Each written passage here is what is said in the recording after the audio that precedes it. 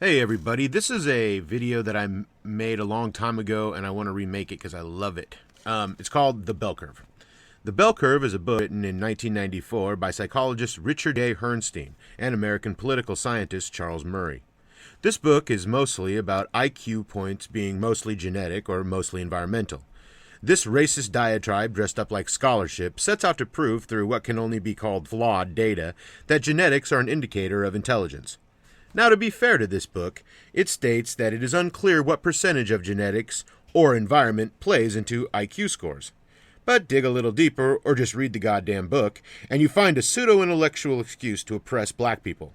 I feel it is necessary to read the book for yourself, or wiki it, or get as much of it as you can.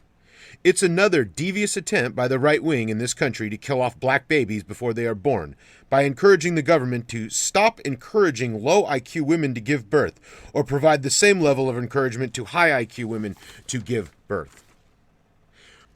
While that sounds somewhat reasonable, questions do arise like, are you fucking insane? Or did the authors of this shitty book suggest sterilization and evaluation by the government for who is smart and who isn't?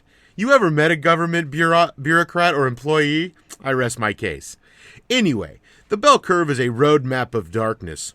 It interprets data incorrectly, and in some cases just ignores it altogether.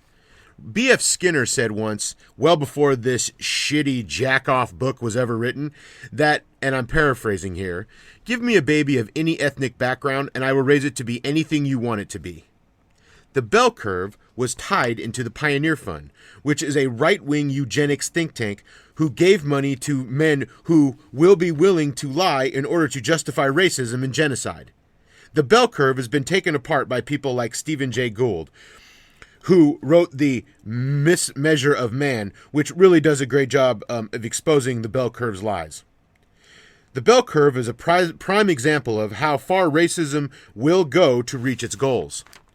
I think sometimes as truthers and conspiracy theorists, we are quick to trust the right wing, believing they will protect gun rights and protect the Constitution, whatever the fuck that means. But we overlook the racism in the right wing. The white supremacists like David Duke, Ernst Zundel, David Irving, people who have an agenda to divide and conquer us by blaming race, as the bell curve tries to do. The issue is not black and white, but the issue is socioeconomic. What the right wing doesn't tell you and doesn't really want you to know and doesn't really focus on is socioeconomic conditions.